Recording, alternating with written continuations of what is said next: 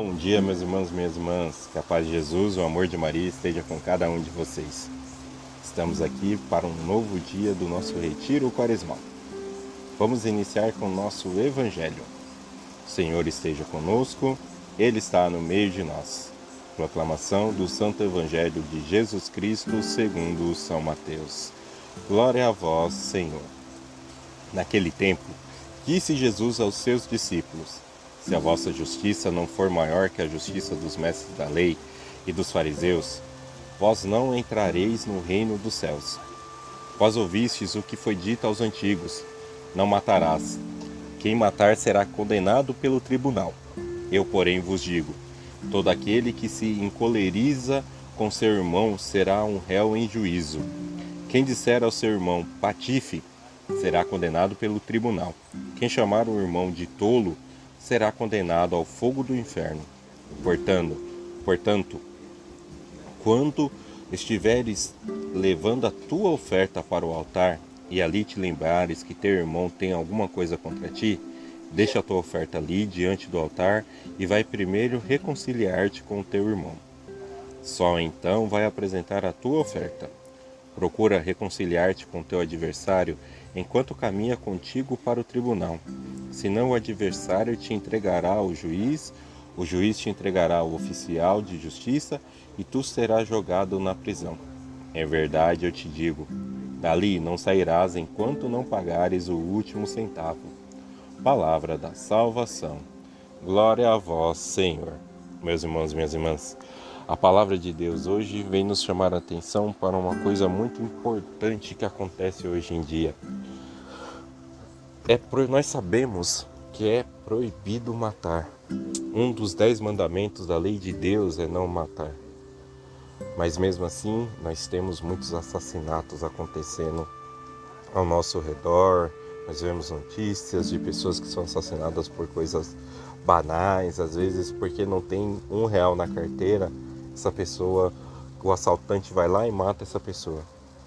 Mas quantas vezes nós também não cometemos o assassinato de matar uma pessoa com uma palavra, meus irmãos e minhas irmãs?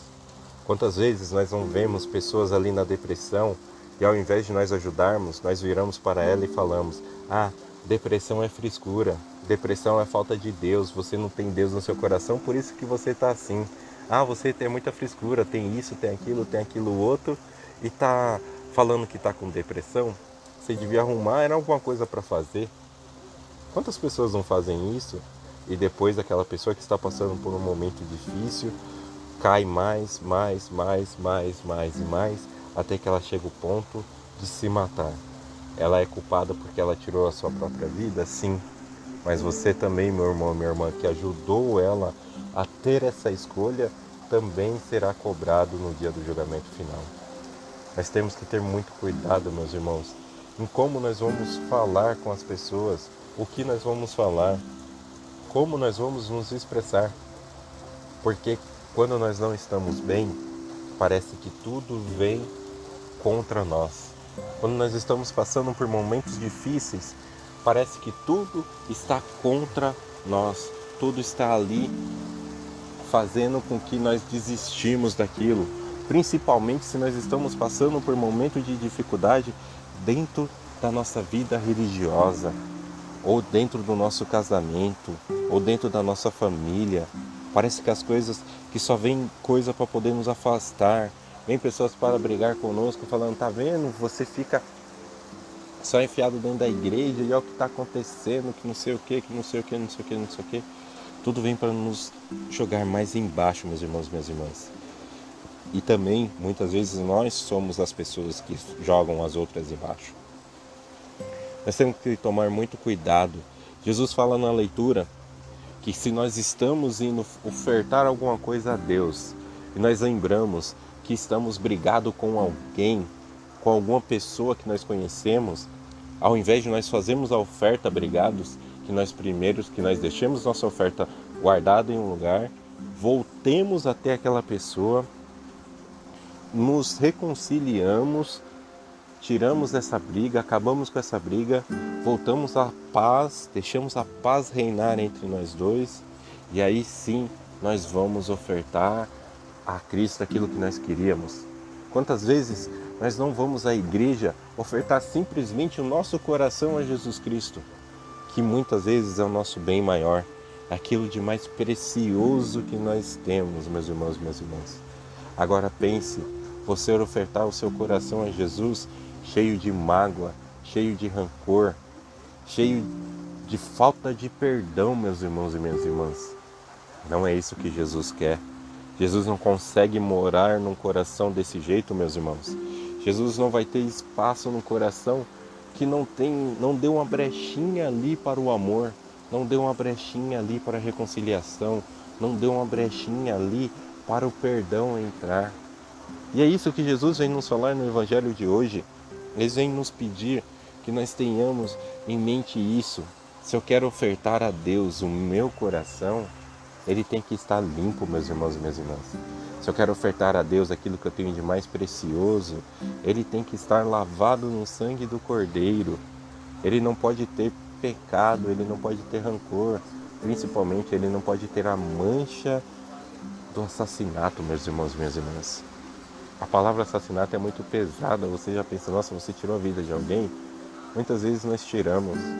Muitas vezes, ao invés de nós levantarmos aquela pessoa que está passando por um momento de dificuldade, nós derrubamos ela muito mais.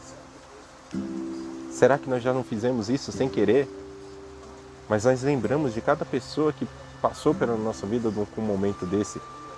Será que nós conseguimos olhar para ela depois e falar, meu irmão, você me perdoa que naquele dia eu te falei isso, isso, isso, eu não deveria ter te falado, porque você precisava ouvir isso, isso, isso. Você é um filho de Deus, você tem a todos nós aqui de companhia, não precisa ficar para baixo desse jeito. Vem, conversa com a gente, vamos brincar, vamos conversar, vamos conviver juntos, vamos ser essa grande família que Jesus nos chama para ser. Vamos ser aquela pessoa que vai levantar a quem precisa. Vamos ser aquelas pessoas que vai ser suporte para quem tem necessidade. Vamos ser aquelas pessoas que muitos vão te chamar para ir na casa dela para fazer uma oração para aquela família que tanto precisa. Quando as pessoas fazem isso, elas não estão querendo dizer que, nossa, você é bom em fazer oração.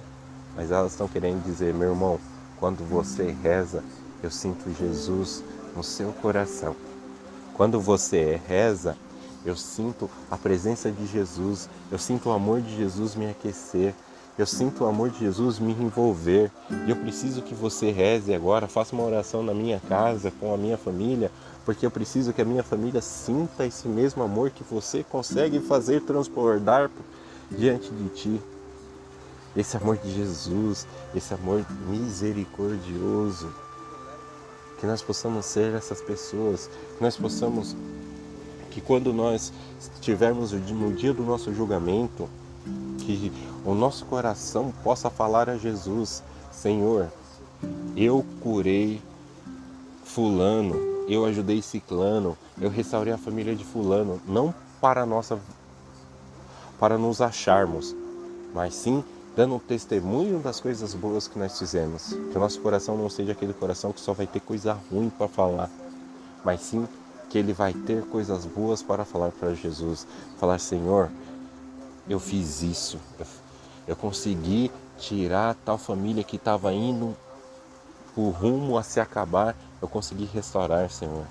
Eu consegui curar, ajudar tal irmão a sair da depressão, Senhor. Eu consegui ajudar tal criança a terminar a catequese e a seguir a sua vida religiosa. Que nós possamos ser esse tipo de pessoa, meus irmãos e minhas irmãs. É isso que o Evangelho de hoje nos pede. Quando ele fala que a nossa justiça tem que ser maior do que a justiça dos sumos sacerdotes, não é que nós temos que fazer justiça com as próprias mãos. Mas os sumos sacerdotes muitas vezes tinham a justiça em cima do dinheiro, tinham a justiça em cima daquilo que eles achavam que era correto. E o que Jesus nos pede, quando ele fala que a nossa justiça seja maior do que a justiça dos sumos sacerdotes, ele está nos pedindo que nós possamos estar sempre ali, perto de Deus, que nós possamos estar sempre ali, ajudando a Deus. Se nós ensinarmos os mandamentos a quem está ao nosso redor, Nós não precisaríamos de ter tantas leis que nem nós temos hoje, porque os 10 mandamentos já são a lei de Deus. Já está ali falando que eu não posso roubar, que eu não posso matar, que eu não posso pecar contra a castidade, que eu não posso pegar aquilo que não é meu, que eu tenho que amar o meu pai, a minha mãe, a minha família, que eu tenho que amar a Deus sobre todas as coisas, que eu tenho que respeitar o dia do Senhor.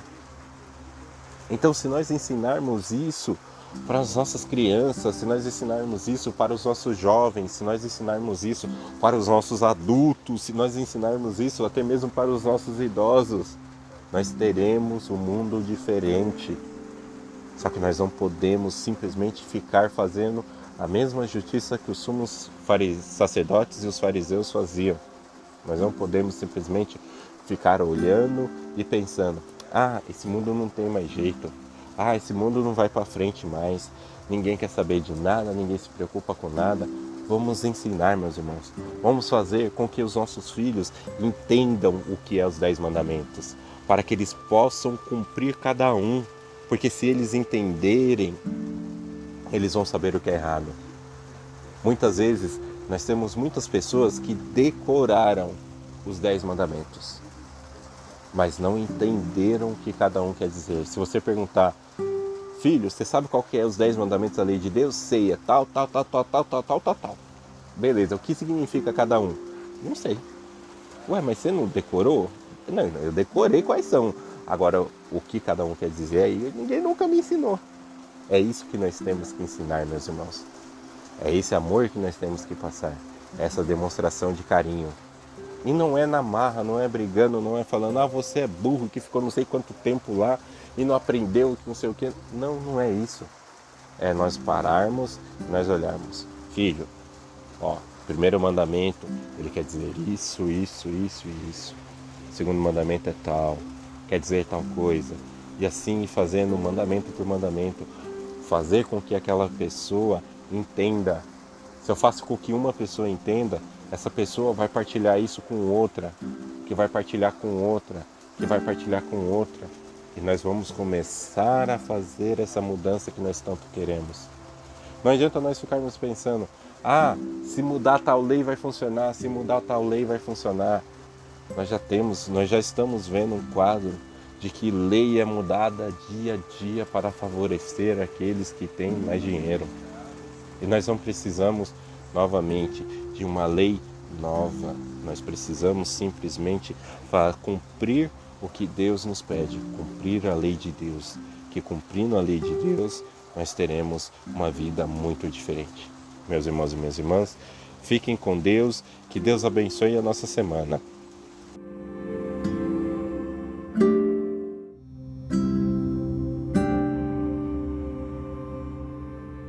Nas palavras ouvistes o que foi dito, eu, porém, vos digo, do Sermão da Montanha, somos colocados diante de 5 casos concretos que têm a ver com a vida relacional e comunitária: a reconciliação, o olhar puro que não se apossa de outra pessoa, a veracidade e a transparência no falar, a não violência, ou mansidão bíblica, e o amor gratuito, que inclui o inimigo. Em todos eles, podemos crescer sempre mais graças à compreensão de quem somos no nível mais profundo. O eu, porém, vos digo, de Jesus, nos inspira a descer até as raízes de nosso ser, esvaziando-nos progressivamente de nosso ego e ativando todos os recursos humanizadores aí presentes. Na Bíblia, a justiça é um dos conceitos centrais, com uma diversidade de sentidos e, por isso mesmo, difícil de ser definido. Em todo caso, trata-se de um conceito que inclui relação. Na perspectiva bíblica, justo é aquele que, perante a Deus e os homens, se ajusta ao modo de agir do mesmo Deus, vivendo e agindo com a marca da bondade. Portanto, a expressão justiça de Deus não tem nenhuma relação com o julgamento de Deus.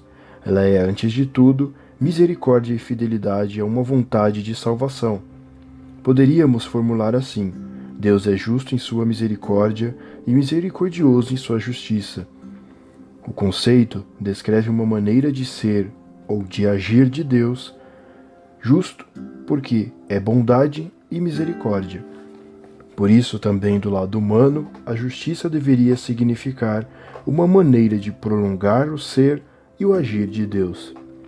Jesus veio expandir o horizonte do comportamento humano, veio nos libertar dos perigos do moralismo e do legalismo. À luz da justiça de Deus, que é força que salva, Jesus nos apresenta um modo de proceder mais radical, relendo os mandamentos.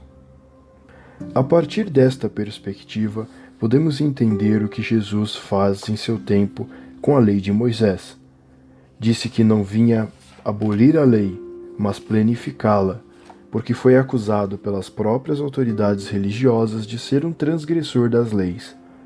Jesus não foi contra a lei, foi mais além da lei. Quis dizer que toda lei é sempre limitada, que sempre podemos ir mais além da letra da lei, da pura formalização, até descobrir o espírito que a inspira. A vontade de Deus está mais além de qualquer formulação. Por isso não podemos nos limitar ao que está escrito, mas precisamos sempre dar um passo a mais.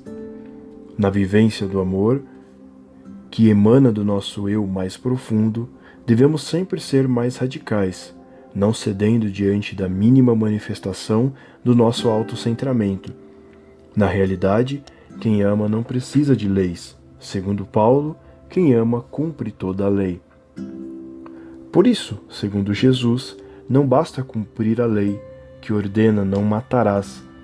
É necessário, além disso, arrancar de nossa vida a agressividade, o desprezo ao outro, os insultos ou as vinganças. Aquele que não mata cumpre a lei, mas se em seu coração há resquícios de violências, ali não reina o Deus que busca construir conosco uma vida mais humana.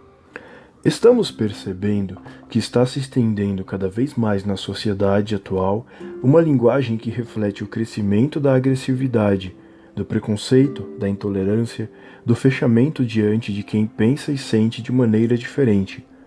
Cada vez mais são frequentes os insultos ofensivos, proferidos só para humilhar, desprezar e ferir. Palavra nascida da rejeição, do ressentimento, do ódio ou da vingança. Por outra parte, as conversações, sobretudo nas redes sociais, estão tecidas de palavras injustas que espalham condenações e semeiam suspeitas, as fake news. Palavras ditas sem amor e sem respeito, que envenenam a convivência, causam danos e rompem as relações entre as pessoas.